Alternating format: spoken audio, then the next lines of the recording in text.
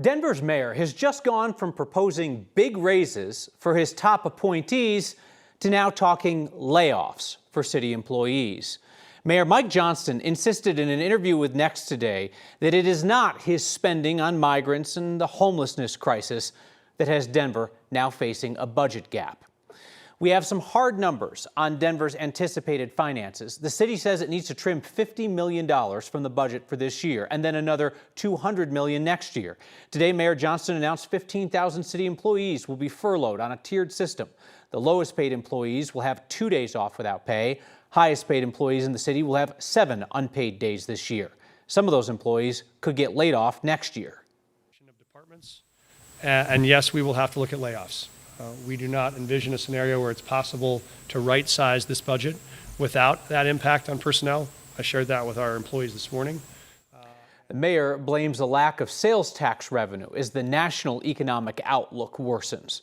When our Marshall Zellinger sat down with the mayor after his budget announcement this morning, we pressed him about asking for big raises for 12 highly paid cabinet members a few weeks ago, city attorney, head of the airport and such, while they were also quietly planning furloughs for city workers.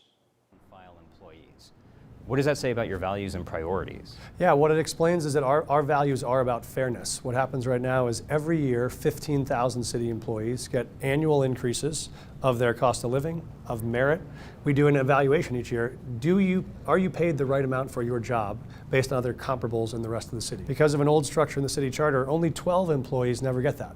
So they don't ever get increases, they don't get adjustments for their market, they are not paid at the market rate of their job. If that were a different city employee, I would be sued for that inequity. Do you regret any of the spending on migrant and homelessness, or was that worth it even though we now are talking furloughs and city services getting cut?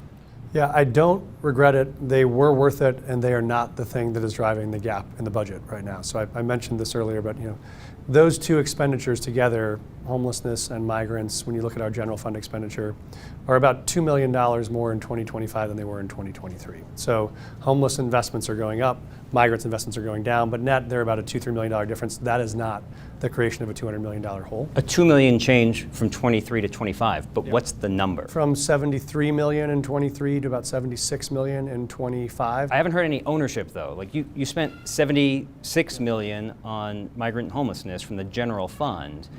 I guess if you had even done a fraction of that, you wouldn't have a budget shortfall even for this year. But do you take any ownership for the situation? We own the entire situation. I am the CEO of the city. I run this budget. We have to right-size this budget to fix it. What we're not going to do is undo investments that are actually solving the most important problem Denverites face and that they elected me in office to solve, which is homelessness. Still today, in this city, Denverites will say that's the single most important issue they want solved. I heard you say layoffs. Does a layoff mean someone who currently has a job at the city of Denver could be fired? Yes. But the condition we are in right now is sales tax is too flat, revenues and expenses are too high. We have to right size. That will require laying people off. And that would be not just vacancies. So let's talk about the money the city will continue to spend. $70 million for the land for the new women's soccer stadium and infrastructure improvements around that.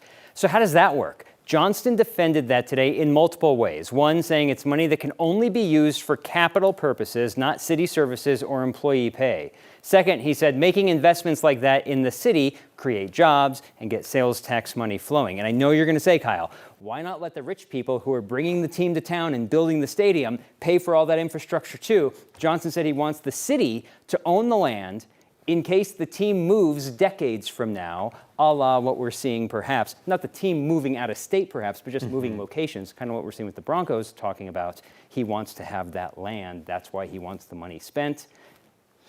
There was hesitation on city council before, and it'll be curious to see whether there's more hesitation now about helping rich people build a stadium so that they can make more money when the city is in dire financial straits. He made a convincing case that the city also benefits from that situation, but point made, and obviously we have this discussion all the time. Yep. Wealthy owners of teams come in and say, we need public help. How about some money? All right, Marshall, thank you.